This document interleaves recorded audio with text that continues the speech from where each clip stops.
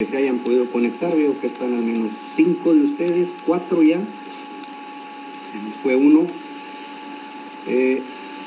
Estaba intentando tener esta vía que pudiese ser más eficiente que la que habíamos estado utilizando para poder estar en contacto, poder comunicarnos, estar viendo las diferentes unidades. Y en esta ocasión vamos a empezar por ver lo que corresponde al diagnóstico dentro de los servicios profesionales del desarrollista rural. Miren ustedes, una de las primeras acciones que tenemos que realizar cuando estamos por realizar un trabajo para un grupo de productores o para un productor o para una institución, es precisamente iniciar con un diagnóstico de las condiciones sociales, económicas, ambientales y productivas en el entorno en el que se desenvuelven, en el entorno en el que están viviendo los diferentes productores o aquellos productores que han solicitado nuestros servicios. ¿En qué consiste esto de un diagnóstico? Miren, básicamente se trata de realizar un análisis de la interacción entre ese grupo social, ese grupo de productores y la naturaleza. Como todos sabemos, la naturaleza y los ecosistemas son la base material de la existencia humana. ¿Y por qué diagnosticamos? ¿Por qué tenemos que abordar este primer paso? Bueno, pues vamos a buscar identificar los problemas, por ejemplo, contaminación del agua o del suelo, las causas de esa contaminación, que puede ser el uso inmoderado de agroquímicos, la situación actual o el estado de las cosas, en donde podemos determinar si esa agua es potable o es conveniente para su uso en nuestros o en los cultivos de los productores, y en todo caso determinar las alternativas, es decir, cuáles serían aquellas fuentes alternas, cómo podemos controlar el uso de los agroquímicos que se están utilizando en su caso. Las funciones básicas del diagnóstico es aportar una serie de elementos básicos que nos permitan diseñar la intervención o la estrategia de intervención del agente externo, en este caso el desarrollista rural. Además, nos debe permitir tener la información suficiente y necesaria para apoyar la toma de decisiones de los sujetos de desarrollo, que son los productores, que son, en este caso, nuestros clientes. Hay una serie de preguntas básicas que tenemos que responder en el diagnóstico de preferencia integral. Como por ejemplo, ¿qué hay? ¿Cuánto hay? ¿Dónde está ese recurso? Es decir, es del tipo información. El cómo está es otra de las respuestas que tenemos que dar, que es del tipo valoración. ¿Por qué está así? Esto busca tener una explicación. ¿Y cuál es la tendencia de la situación actual? Es decir, si las cosas continúan en ese mismo sentido, ¿cómo estarán dentro de 5, 10, 15 o 20 años? Trabajaríamos entonces con una proyección. Hay una serie de enfoques diferentes que nos permiten abordar el diagnóstico. Sabemos de entrada que una de las cuestiones más complejas es la relación sociedad-naturaleza. Sin embargo, para poder abordar este tipo de situaciones, el enfoque más adecuado es el enfoque de sistemas. Nos permite tener una visión de totalidad, facilita la identificación de las relaciones, promueve la interdisciplinariedad y permite trabajar en diferentes escalas analíticas y múltiples dimensiones. ¿Qué es esto? Lo de las diferentes escalas es que nos permite ir desde lo muy sencillo hasta lo más complejo. Podemos ir desde el análisis de la situación familiar hasta el análisis de un análisis regional. Y en múltiples dimensiones podemos abordar lo social, podemos abordar lo económico, podemos abordar lo ambiental. A esto nos referimos con varias escalas y múltiples dimensiones del análisis.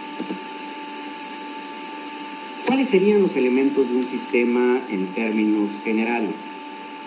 Miren, tenemos de entrada que en un sistema hay entradas y salidas de insumos, de productos, de servicios, y hay salidas que son productos de esa interacción al interior del sistema.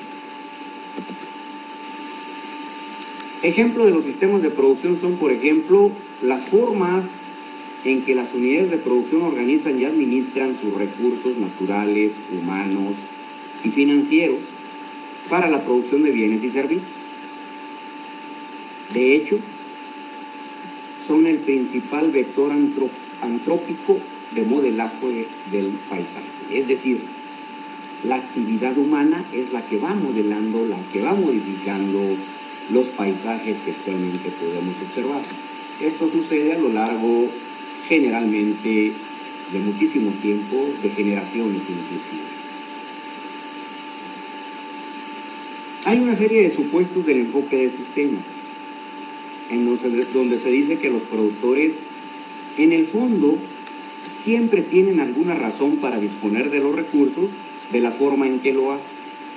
Y estas razones van a variar entre los distintos actores en una misma región, dependiendo, claro está, del marco de las relaciones sociales, sus intereses, sus necesidades y sus objetivos. El propósito del diagnóstico con enfoque de sistemas nos debe acercar a esas razones que subyacen en las acciones que tienen los productores.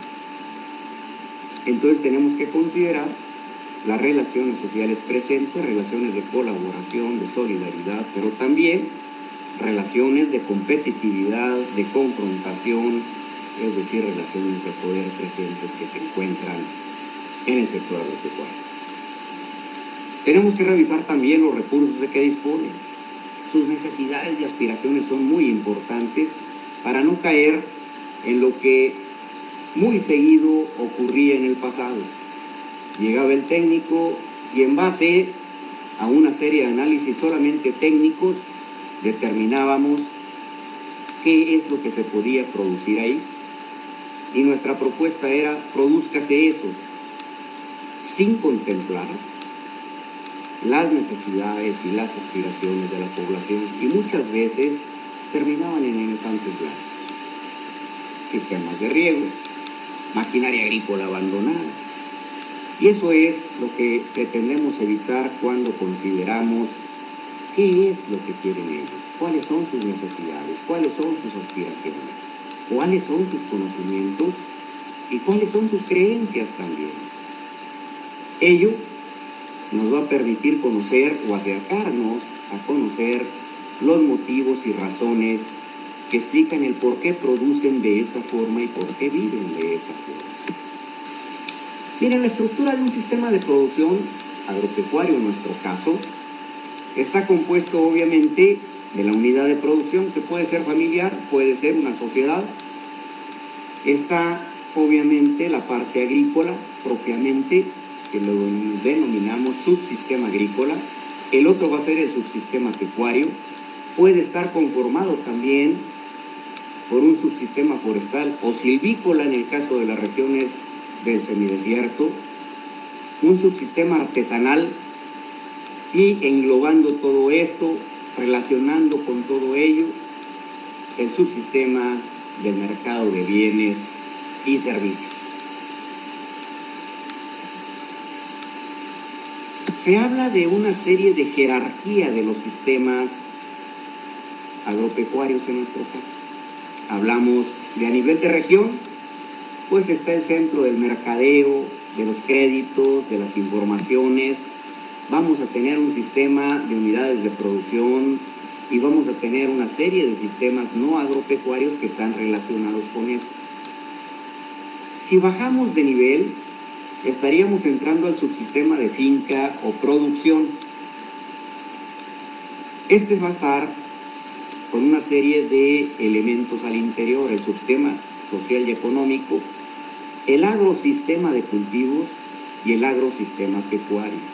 Nuevamente bajamos al tercer nivel y vamos a ver que el subsistema de cultivos se compone del subsistema suelo, una serie de malezas que conforma otro subsistema, el subsistema de cultivos que interactúa con las malezas, con las plagas, con las enfermedades, y luego tendríamos un subsistema pecuario, nuevamente el subsistema suelo, las plagas, las enfermedades, las malezas, los pastos y el subsistema animal. Bajando de nivel, al cuarto nivel tendríamos que el subsistema de cultivos va a estar considerado o compuesto por una serie de elementos. Los diferentes cultivos pueden estar en monocultivo o en policultivo, y entonces hablaríamos de cultivo 1 hasta cultivo N. Y cuando hablamos del subsistema animal, pues hablamos de la especie 1 hasta la especie N, hasta llegar al elemento básico que es un solo cultivo, un solo animal, una sola relación entre estos y su medio ambiente. Otro de los aspectos que tenemos que considerar y que nos aportan mucho en este sentido del diagnóstico es el análisis del paisaje. ¿Qué es el paisaje? Bueno, se considera que el paisaje es un territorio en el que se relacionan diferentes elementos geográficos, físicos, biológicos y humanos, y nos va a formar un conjunto diferencial. Y hay una serie de factores que modelan los paisajes rurales, entre los que destacan los factores naturales como el relieve, la geoforma, la litología, los suelos, la vegetación primaria, el clima, el patrón hidrológico o el cómo y por dónde escurren las aguas, pero también está compuesto por otra serie de factores que son los sociales. ¿Cómo está el patrón de asentamientos humanos? ¿Cuál es el patrón de uso de los recursos naturales? Las vías de comunicación, caminos, carreteras, vías de ferrocarril, las obras de infraestructura y la propia estructura agraria. Así pues, hablamos que una unidad de paisaje, por ejemplo, puede ser un valle aluvial o puede ser una zona de montaña o puede ser una zona semidesértica.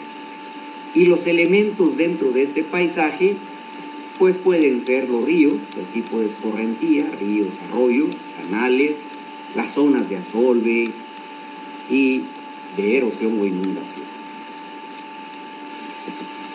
Esta es la parte introductoria. Con esto lo dejamos hasta aquí y nos vamos a la sala 2, en donde nos va a permitir proyectarles una serie de imágenes que van a permitirnos reforzar estos primeros conceptos que estamos vertiendo para que ustedes empiecen a iniciar la parte del diagnóstico, del análisis del diagnóstico. Lo cerramos, por favor, y nos vamos a la sala 2 en este momento para poder continuar nuestra sesión de la unidad 3. Nos vemos en la sala.